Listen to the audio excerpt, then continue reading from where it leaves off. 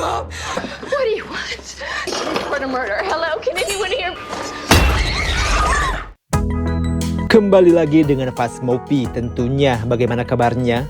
Seperti biasa, kali ini Phasmopi akan menghibur kalian lewat sebuah film yang berjudul menceritakan satu keluarga yang akan liburan ke tempat saudara mereka. Namun mereka tak sadar jika di tempat itu terdapat sosok manusia bertopeng yang selalu mengincar orang-orang secara random. Berbagai kengerian keluarga ini rasakan setelah berhadapan dengan pria bertopeng karung goni ini. Lalu mampukah mereka lolos dari kejaran orang-orang itu? Dan apa motifnya? Untuk itu kita langsung saja ke ceritanya.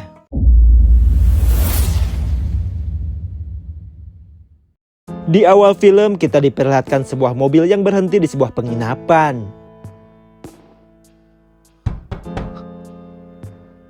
Mendengar suara dari luar, sang nenek yang jarang mengunci pintu rumahnya itu bergegas untuk mengeceknya.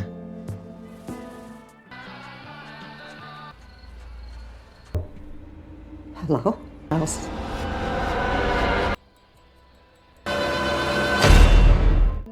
Lalu keesokan harinya, kita diperlihatkan sebuah keluarga yang akan berlibur ke rumah sanak saudara mereka. Namun bukannya senang, gadis bernama Kisni ini malah terlihat gelisah. Karena ternyata liburan ini dimaksudkan sebagai liburan terakhir mereka sebelum ia dipindahkan ke sekolah baru. We're gonna be late. There you are. You expect something else from this? We just started a new game. Setelah menjemput putra tertua mereka yang bernama Luke, mereka pun langsung bergegas menuju tempat yang dituju. Namun karena tempatnya lumayan jauh, Cindy pun mengirim pesan suara kepada pamannya kalau mereka akan sedikit terlambat untuk tiba di sana.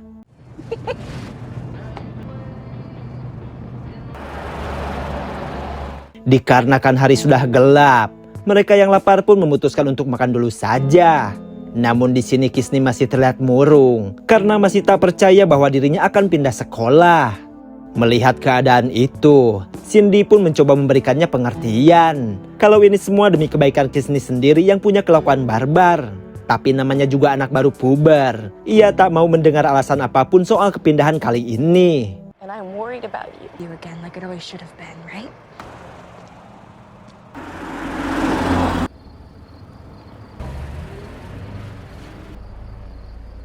Di sepanjang perjalanan, Cindy sedikit heran dengan keberadaan orang-orang yang entah kemana. Karena merasa uji nyali, mereka pun lantas menuju toko paman dan bibinya yang mungkin ada di sana.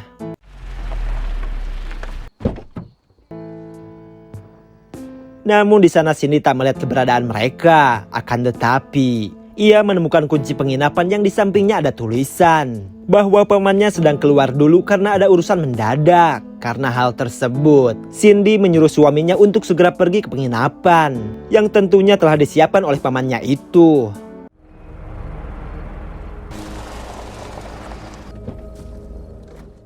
Setibanya di penginapan, Mike menemukan makanan yang masih segar di dalam kulkas. Itu menandakan bahwa ada yang tinggal di tempat itu.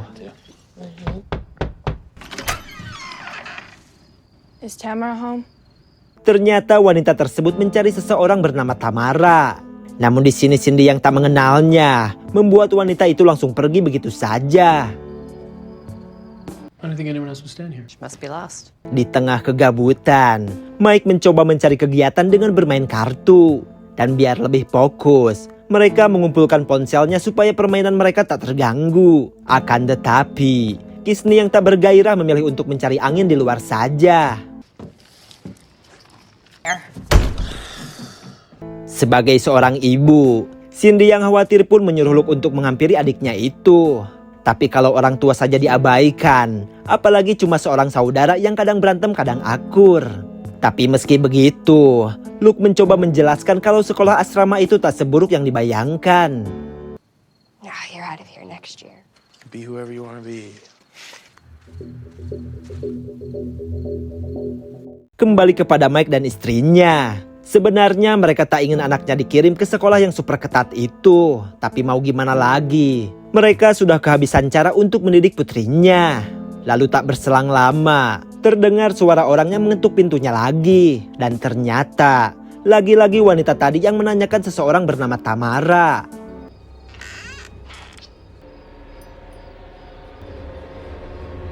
Girl? Melihat gelagat wanita itu membuat mereka sedikit cemas. Karena hal itu, mereka pun merasa khawatir kepada anak-anaknya dan memutuskan untuk mencarinya. Sementara di sisi lain, Luke dan adiknya terlihat begitu akrab setelah berhasil membujuknya untuk pindah ke sekolah yang baru. Lalu di sana, mereka melihat sebuah penginapan yang pintunya terbuka lebar. Are you scared? No. Hello? You got it. Wait. You scared me half to death.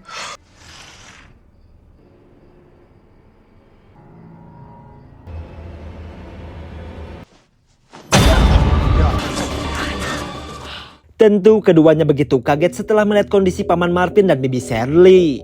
Dan untung saja, mereka berpapasan dengan orang tuanya hingga Luke pun bisa langsung menceritakan apa yang barusan mereka lihat. Dan setelah mendengar hal tersebut, Mike pun menyuruh Cindy membawa Kisney kembali ke penginapan sambil menghubungi polisi. Sementara dirinya, ia meminta Luke untuk membawanya ke TKP. Sekembalinya ke penginapan, putrinya itu terus saja menangis karena ia tak menyangka akan melihat sesuatu yang mengerikan. Namun tak hanya itu, mereka melihat keanehan yang mana ponsel semua orang ada yang merusaknya. Lalu Cindy yang panik, berusaha menghubungi polisi dengan ponsel rusaknya itu. What do you want? Report a murder. Hello, can anyone hear?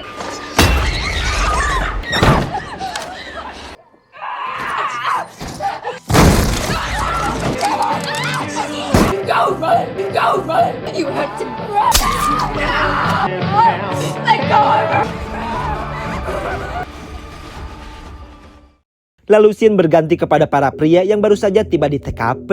Di sana, Mike melihat tubuh paman dan bibinya persis seperti yang dikatakan oleh Luke tadi. Melihat kejadian ini, Mike berusaha menghubungi polisi dengan menggunakan telepon di rumah pamannya itu. Namun ia malah mendengar pesan suara yang pernah dikirim oleh istrinya saat di perjalanan tadi pagi.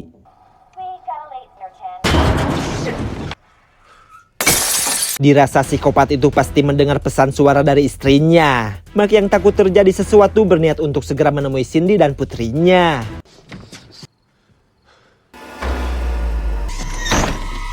Setelah melihat pria bertopeng karung goni itu, mereka yakin bahwa dialah pembunuh paman Marvin. Lalu dengan penuh ketakutan, Mike pun mencari senjata untuk perlindungan. Dan setelah berhasil menemukannya, ia pun langsung bergegas keluar rumah.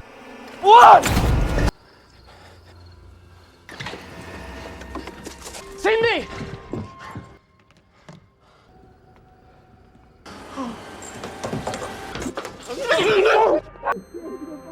Meski rasa sedih yang amat mendalam, namun di sini Mike menyuruh putranya itu untuk tegar dulu. Minimal sampai mereka menemukan adiknya yang mungkin sedang dalam bahaya.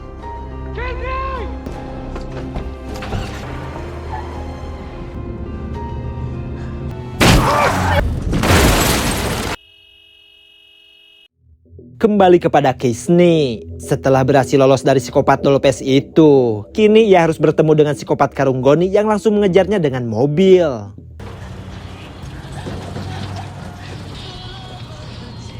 Psikopat tersebut tentu saja tahu di mana Kisney bersembunyi. Akan tetapi, ia sepertinya ingin memperkenalkan satu lagi anggotanya. But we've just started. Scene kembali lagi kepada para pria. Akibat kecelakaan tersebut, tubuh Mike pun terjebak. Karena tak ada cara lain lagi, Mike pun memaksa putranya itu untuk mencari adiknya. Dan setelah diberi pistol untuk perlindungan, Luke pun bergegas pergi walau dengan hati yang sangat terpaksa.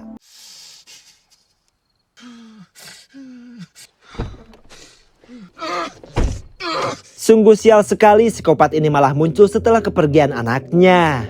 Dan dirasa susah untuk melawan, Mike pun meminta belas kasihannya agar ia tak dibunuh. Tapi itu hanyalah sia-sia. Soalnya psikopat mana yang punya belas kasihan kepada para korbannya? Let my family go.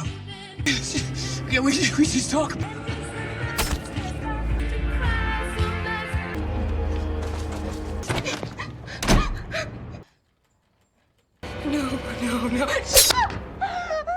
Beruntung sekali Luke berhasil menemukan adiknya tepat waktu. Namun meski terpojok, psikopat ini malah santuy saja. Dikarenakan ia melihat gelagat Luke yang tak mungkin berani menembaknya. Dan itu memang benar. Luke lebih memilih kabur saja daripada harus melawannya. Are you gonna shoot me?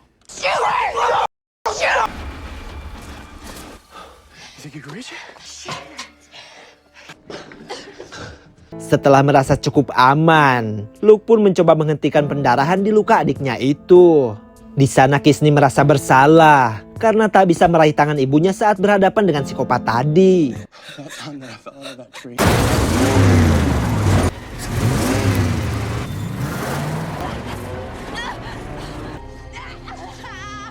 Dikarenakan luka yang cukup parah, tentu saja Kisney pun tak kuat jika harus berjalan jauh lagi. Kalau sudah begini, Luke pun menyuruh adiknya untuk sembunyi selagi ia mencari bantuan. Singkat cerita, Luke berhasil menemukan sebuah telepon dan langsung menghubungi polisi. Lalu di situ ia pun menceritakan tentang semua kegalauan yang terjadi kepada keluarganya.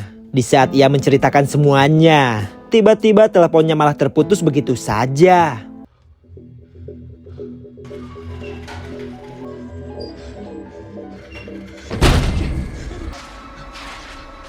Saat mencoba kabur, rupanya ia menuju ke arah kolam yang mana setiap sisinya dihalangi sebuah pagar. Dan mau tidak mau, ia pun harus menghadapi para psikopat itu.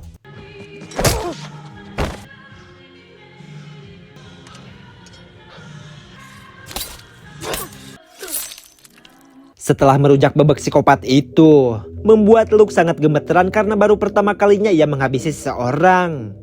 Namun ia harus terus berlanjut karena ada psikopat lagi yang harus Luke hadapi. How's that feel, huh?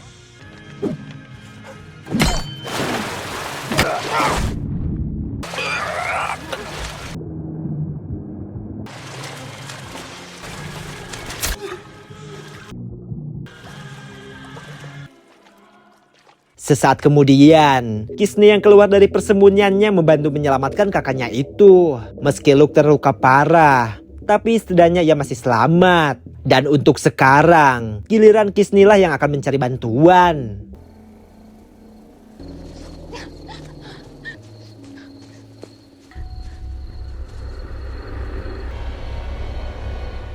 Lalu saat di tengah jalan, Kisney mengira yang datang itu psikopat karung goni. Bahwa ternyata itu adalah seorang polisi yang berarti panggilan Luke sebelumnya berhasil. Namun saat akan menolongnya, kemalangan pun terjadi. They're trying to kill us!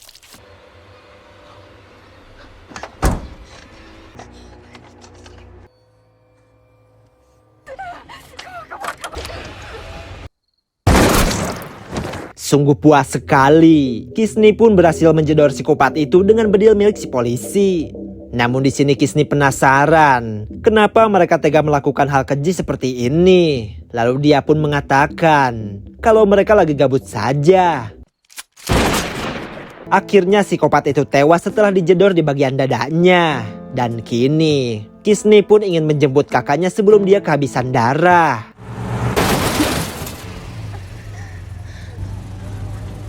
Serangan dari psikopat terakhir itu sungguh mengejutkan. Namun gara-gara terlalu nafsuan untuk membunuh, mobil psikopat karung goni itu malah nyangkut hingga membuat tangki bensinnya bocor.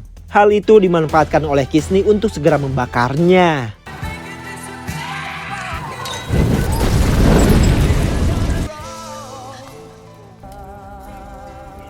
Setelah kejadian tersebut, Kisney yang merasa sudah menang pun ingin segera menghampiri kakaknya. Namun sialnya, plot armor psikopat itu terlalu tebal hingga membuat Kisney masih berada dalam bahaya.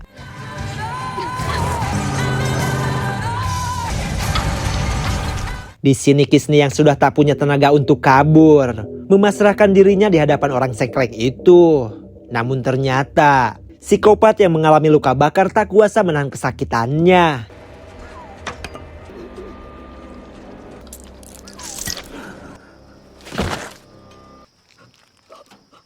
Lalu singkat cerita, sebuah mobil melintas di depan Kisney yang langsung dimintai pertolongan. Are you okay?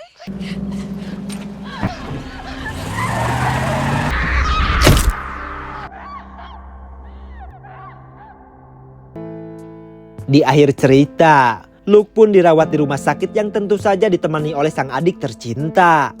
Namun meski kengeriannya sudah berakhir, Kisney merasa ada sesuatu yang mengikutinya.